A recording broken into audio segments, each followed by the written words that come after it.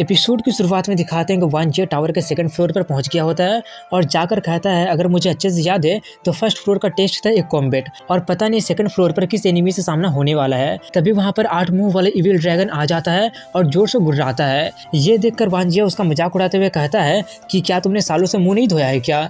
ये सुनकर उसका दिमाग खराब हो जाता है और वो उस पर हमला कर देता है। वांजिया उससे किसी तरीके से बच जाता है और उसे देखकर कहता है कि तुम्हें देखकर मुझे मेरा पुराना दिन याद आ गया। इसके बाद उसके प्रीवियस लाइफ के सीन को दिखाते हैं जहां पर वो अपने टीममेट के साथ इसी इविल ड्रैगन से फाइट कर रहा था।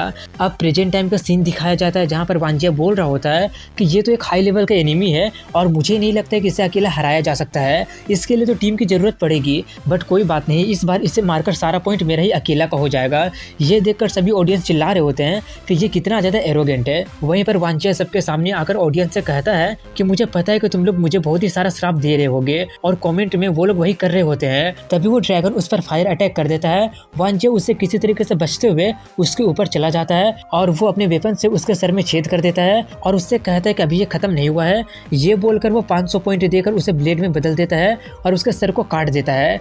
एक सर को काटने पर उसे 200 पॉइंट मिला होता है। ये देखकर वो कहता है एक सर को काटने पर अगर मुझे 200 पॉइंट मिल रहा है तो 8 को काटने पर उतना बुरा भी नहीं होगा। तभी उसका वो सर दोबारा से रीजनरेट हो जाता है। ये देखकर वो काफी ज्यादा शॉक्ड हो जाता है और सोचता है कि पहले तो ये ऐसा नहीं कर सकता था, लेकिन तभी वो सोचता है अगर एक सर को काटने पर 200 पॉइंट मिल रहा है और अगर ये इसी तरीके से रीजनरेट होते रहेगा तो मैं तो माला माल हो जाऊंगा। ये देखकर उस ड्रैगन की भी फटने लगती है।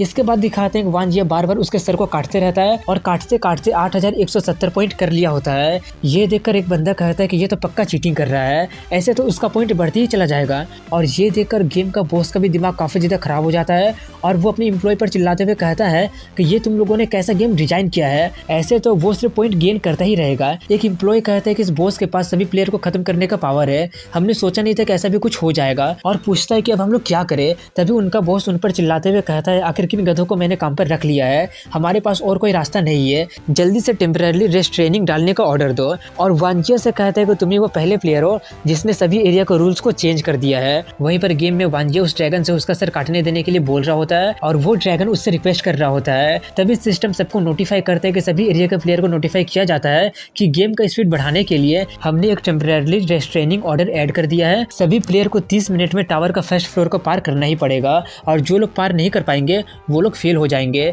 ये जानकर हु कहता है अच्छा हुआ कि मैंने पहले ही अपना काम कर दिया था। दूसरे फ्लोर पर लिन भी कहती है कितना मजा आ रहा था, आखिर ये सब करने की क्या जरूरत थी। वहीं पर ये सब देखकर ऑडियंस कह रहे होते हैं कि ये सब तो सिर्फ नाटक है, मुझसे पूछो तो वो लोग ऐसा वांजिया को बहुत ही सारा पॉइंट गेन करने से रोकने के लिए कर रहे हैं। दूसरा कहता है कि हाँ, इसके अलावा और कोई रास्ता नहीं था, नहीं तो वो बहुत ही सारा पॉइंट गेन कर लेता। गेम में वांजिया कहता है कि हाँ, ऐसे ही पॉइंट गेन करते रहना रियलिस्टिक नहीं लगता है, और वैसे भी एक एवरेज प्लेयर को तुम्हारे जैसे मॉन्स्टर को एक ही बार में खत्म करना ये तो इम्पॉसिबल है। लेकिन लकीली मेरे पास एक बहुत ही अच्छा कार्ड है और वो एक अटैक कार्ड होता है जिसे सिर्फ वही यूज कर सकता है जिसके पास तीर धनुष हो। वो उसका यूज करके 1000 एरो से उन पर शूट कर देता है और करके कहता है कि अभी ये खत्म नहीं हुआ है। ये बोलकर वो अपने वेपन को स्वॉर्ड में बदल कर एक ही टाइम में सभी हेड्स को काट देता है जिससे उसका खात्मा हो जाता है और उससे मारने के बदले उसे 1600 पॉइंट मिला होता है, जिसके कारण अब उसके पास टोटल 9770 पॉइंट हो जाता है। और पॉइंट के अलावा उसे एक जैकेट भी मिला होता है जिसका नाम इविल ड्रैगन वाइंड ब्रेकर होता है, जो कि इस ड्रैगन के सोल से बना होता है। इसे पहन लेने से इसके पहनने वाले को फायर को बहुत ही अच्छे तरीके से रेजिस्ट कर पाएगा। उसे देखकर वो काफी ज्यादा खुश हो जाता है और पूरे गेम में यह अनाउंस किया जाने लगा होता है कि वांजिया को कांग्रेचुलेशन, जिसने सबसे पहली बार 8 मुंह वाले ड्रैगन को मार दिया है और गेम का एकलौता achievement the evil dragon wind breaker को भी अचीव कर लिया है। ये जानकर वही लड़की कहती है फिर से वांजिया, मैं आशा करती हूँ कि मैं उससे इस राउंड में ना मिलूं। ये न्यूज सुनकर सभी ऑडियंस भी कहने लगे होते हैं कि फिर से वांजिया, वो तो पूरे जगह पर फैला हुआ है। वहीं पर वांजिया को दिखाते हैं जो वो वाला जैकेट पहनकर कहता है कि ये सच में मुझ पर बहुत ही अच्छा लग रहा है। तभी सिस्टम उससे कहता है कि इस टाइम लिमिट के अंदर में जल्दी से जल्दी तुम्हें नेक्स्ट लेवल पर पहुंचना पड़ेगा, नहीं तो तुम फेल हो जाओगे, और टाइम 13 सेकंड ही बच रहा होता है। ये सुनकर वो थोड़ा सा शॉक हो जाता है और कहता है कि अरे मैंने बॉस को हरा दिया है लेकिन फिर भी टाइम लिमिट क्यों। ये बोलते बोलते वो जल्दी से नेक्स्ट लेवल पर पहुंच जाता है जहां पर पहले से ही 3 लोग मौजूद होते हैं और उनमें से एक वही लड़की होती है जो उसे देखकर कहती है तुम तो वही वांजिया हो ना। उसे देखकर वो अपने मन में कहता है कि ये तो वही प्लेयर है जो कि मेरे रीबोर्न होने से पहले एक बहुत ही बड़ा ग्रेट प्लेयर थी। उसे देखकर वो हंसते हुए कहता है कि तुम मुझे जानती हो, ये मेरे लिए बहुत ही ऑनर की बात है। वो कहती है तुम्हें ना जानना बहुत ही मुश्किल की बात है क्योंकि तुम हर जगह पर छाए हुए हो। वहीं पर मौजूद एक बच्ची कहते हैं कि मेरा नाम चो यू है और मैं आपका बहुत ही बड़ी फैन हूँ। और एक पर्सन जिसका नाम किन वोलियांग होता है वो कहता है कि मैं आप दोनों जैसे ग्रेट प्लेयर से मिलकर काफी ज्यादा सरप्राइज हो गया हूँ। वान कहता है कि मेरा नाम तो तुम्हें पहले से ही पता है और तुम्हारा क्या है। वो लड़की कहती है कि मेरा नाम झाओ यानवान है और फॉर्मेलिटी की ज्यादा जरूरत नहीं है क्योंकि मेरा गोल पास होना है। तभी वहाँ पर रखा हुआ एक डब्बा कहता है कि अब जबकि तुम 4 लोगों का टीम बन चुके हो तो मैं बता देता हूँ कि इस लेवल का मिशन है टेकिगिजम। नेक्स्ट डोर खोलकर नेक्स्ट लेवल में जाने के लिए तुम लोगों को क्लू ढूंढना पड़ेगा। ये जानकर वान कहता है कि मैं फाइटिंग के अलावा और किसी चीज में अच्छा नहीं हूँ। चू कहती है कि मैं इस तरह का गेम में काफी ज्यादा अच्छी हूँ और मैं इस अपने दोस्तों के साथ भी खेला करती थी। यानवान कहते हैं कि ये गेम वो वाला गेम नहीं है जो कि तुम अपने दोस्तों के साथ खेला करती थी, ये जरूर बहुत ही मुश्किल होगा। वान कहता है अगर हम लोग गेम की बात करें तो अगर हम लोग क्लू ढूंढकर सॉल्व कर लेते हैं तो हम लोग इस लेवल को आसानी से पार कर पाएंगे। ये सुनकर किन उस डब्बे की तरफ इशारा करते हुए कहता है कि क्लू से तुम्हारा मतलब ये है। वानजिया उस डब्बे को उठाकर हिलाते हुए कहता है कि अगर इसमें कोई क्लू है तो हम लोग इसे आराम से पार कर लेंगे। तभी यानवान उसे मारकर छीन लेती है और कहती है क्या होगा अगर इसमें कोई ट्रैप हो तो। तभी वो नोटिस करती है कि उस डब्बे में लिखा हुआ है कि तुम लोगों को चाबी ढूंढना पड़ेगा। ये देखकर चू कहती है ये तो काफी ऑब्वियस सी बात है, ये पक्का वही गेम है जो हम लोग खेला करते हैं। एक पजल के बाद दूसरा पजल आएगा और जब हम लोग सभी पजल को सॉल्व कर देंगे तो हम लोग जीत जाएंगे। किन कहता है वैसे भी ये रूम ज्यादा बड़ा नहीं लग रहा है तो चलो ढूंढते हैं। इसलिए वो सभी लोग चाबी ढूंढने लगे होते हैं। वहीं पर चाबी ढूंढते ढूंढते वान की नजर कहीं और पर चली जाती है। उसे देखकर वो कहता है कि मुझे क्लू के अलावा कुछ और भी बेहतर दिख गया है। ये देखकर जानवन कहती है अगर देखकर तुम्हारा पेट भर गया हो तो काम पर ध्यान दो। वहीं पर ये देखकर चू कहती है कि तुम सच में बहुत ही बुरे निकले। और किन कहता है ये सच में काफी ज्यादा रूड है। तभी जानवन कहते हैं कि हमने सभी जगह पर देख लिया लेकिन अभी तक हमें कोई भी की से रिलेटेड कोई भी चीज नहीं मिला है। ये देखकर चू कहती है लगता है कि मुझे कुछ करना पड़ेगा। ये बोलकर वो अपने इफेक्ट कार्ड निकाल कर क्लू को मार्क करने के लिए कहती है। इसलिए वो कार्ड चू को छोड़कर उन तीनों को मार्क करने के साथ साथ वहां पर रखे हुए एक पियानो को भी मार्क कर देता है। ये देखकर वान कहता है कि हमें तो एक की ढूंढना है तो उसका इस पियानो से क्या लेना देना है। तभी यानवन कहती है कि की का मतलब पियानो का कीबोर्ड से भी हो सकता है और अगर पियानो ही क्लू है तो हम लोगों को शायद पियानो बजाकर इसे सॉल्व करना पड़ेगा। तभी वानजिया काफी स्टाइल के साथ बैठते हुए कहता है कि मुझे पियानो के बारे में बहुत कुछ पता है इसलिए मुझे ट्राई करने दो।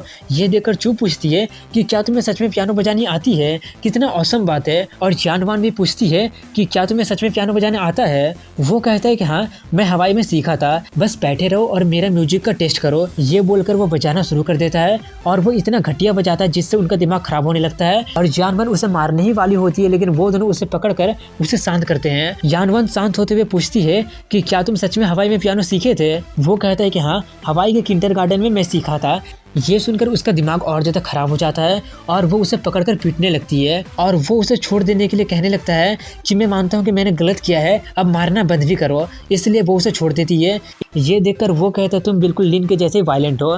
तभी वो जाकर बैठ जाती है और कहती है लगता है कि हमें सीट म्यूजिक से कुछ बजाना पड़ेगा। ये बोलकर वो बजाने लगती है जो कि काफी अच्छा बजाती है और जब वो खत्म करती है तो वो वाला बॉक्स अपने आप ही खुल जाता है। ये देखकर चू जल्दी से उसे देखने चली जाती है। ये देखकर वान कहता है मुझे सच में पता नहीं था कि तुम पियानो बजा सकती हो, क्या तुम उस पीस का नाम बता सकती हो जो तुम अभी बजाई हो। वो कहती है ये एक अनपॉपुलर फॉरेन पीस है जिसका नाम डाइंग इन फायर है। ये सुनकर वो नाम उसे कुछ जाना पहचाना लगने लगता है और कुछ देर के बाद वो उसे याद आ जाता है और वो चू को उसे नहीं खोलने के लिए कहता है लेकिन तब तक काफी देर हो चुकी होती है और वो जाकर उसे खोल देती है जिसमें से बहुत ही सारा आग निकलती है जिससे वो जलने लगती है। तभी वो जल्दी से जाकर उसे निकालता है और पूछता है क्या तुम ठीक हो, लेकिन तब तक वो मारी जा चुकी होती है। ये देखकर वो काफी अफसोस करने लगता है कि अगर मुझे पहले पता चल गया होता तो वो भी हमारे साथ होती। यानवन कहती है इसमें तुम्हारी कोई भी गलती नहीं है, किसे पता था कि पियानो के पीस में एक हिडन मैसेज छुपा हुआ है। किन कहता है वो सिर्फ गेम हारी है, ऐसा नहीं है कि वो सच में मारी गई है और अभी सबसे इम्पोर्टेंट चीज ये है कि हमें क्लू वाला बॉक्स को बचाना पड़ेगा। वान कहता है इस रूम में कुछ भी ऐसा चीज नहीं है जिससे हम लोग उस आग को बुझा सके, अगर वो बॉक्स जल जाता है तो सब कुछ खत्म हो जाएगा। यानवन कहती है तुम इसकी ज्यादा चिंता मत करो। ये बोलकर वो अपने कार्ड निकालती है जिससे वो पानी का धारा बनाकर पूरी आग को बुझा देती है और वान कहता है मुझे सबसे पहले जाकर देखने दो, अगर उसमें से आग निकलता है तो मुझे मेरा ये वाला जैकेट आग से बचा लेगा। ये बोलकर वो जाकर उसे देखता है जिसमें 3 मार्बल होता है। उसे देखकर उन्हें कुछ भी समझ में नहीं आ रहा होता है कि आखिर ये किस तरह का क्लू है। तभी सिस्टम बताता है कि इन मार्बल को तोड़ने पर तुम्हें एक क्लू दिखेंगे जो सिर्फ उसे ही दिखेगा जो उस मार्बल को तोड़ेगा। सभी प्लेयर एक मार्बल को तोड़ सकता है और तीनों में से एक क्लू गलत है। इस राउंड को पास करने के लिए तुम लोगों को इन्फॉर्मेशन एक्सचेंज करना पड़ेगा, इसलिए वो सभी लोग अपने अपने मार्बल तोड़ देते हैं, जिसमें से वांजिया का क्लू होता है कि जीतने के लिए सेक्रीफाइस जरूरी है। वो अपना वाला क्लू उन्हें बता देता है और यानवान का क्लू होता है कि तुम्हारे पास एक आंख होना चाहिए जो कि प्रॉब्लम को देख सके, और वो लोग किन से पूछते हैं कि तुम्हारा वाला क्या है। ये सुनकर वो थोड़ा सा चुप हो जाता है, लेकिन तभी वो हिचकिचाते हुए कहता है कि मेरा वाला है कि दूसरा रूम का दरवाजा खोलने के लिए एक टीममेट का मौत जरूरी है। वान कहता है कि चुप मारी गई लेकिन फिर भी दरवाजा नहीं खुला, इसका मतलब वो वाला क्लू फेक है। ये सुनकर किन फिर से थोड़ा सा हिचकिचाते हुए कहता है कि हाँ जरूर मेरा वाला फेक होगा। वान कहता है अब हमारे पास सिर्फ 2 ही क्लू है, आखिर इन दोनों क्लू का मतलब क्या होगा। यानवन कहती है एक आंख के ही तरह दिखने वाला किसी आइटम की तरफ इशारा कर रहा होगा, क्यों ना हम सभी लोग मिलकर उसे ढूंढना शुरू करते हैं। इसलिए वो लोग जाकर उसे ढूंढने लगते हैं और वो कहती है ध्यान से, कुछ क्लू किताब के अंदर भी छुपा हो सकता है। वान ढूंढते हुए कहता है कहीं आंख का मतलब असली वाला आंख से तो नहीं है ना। और ये बात वो वहाँ पर रखे हुए एक व्हाइट कलर के स्टैचू को घूरते हुए कह रहा होता है, जिससे उसी स्टैचू का पसीना छूट रहा होता है। वहीं पर किन का भी पसीना छूट रहा होता है और वो यानवान के पास जाकर अपना काट का यूज करके हथियार निकाल लेता है और कहता है मुझे माफ कर देना, मैं सिर्फ जीतना चाहता हूँ। ये बोलकर वो अपना हथियार से उस पर हमला करने आगे बढ़ता है और यहीं पर एंड हो जाती है।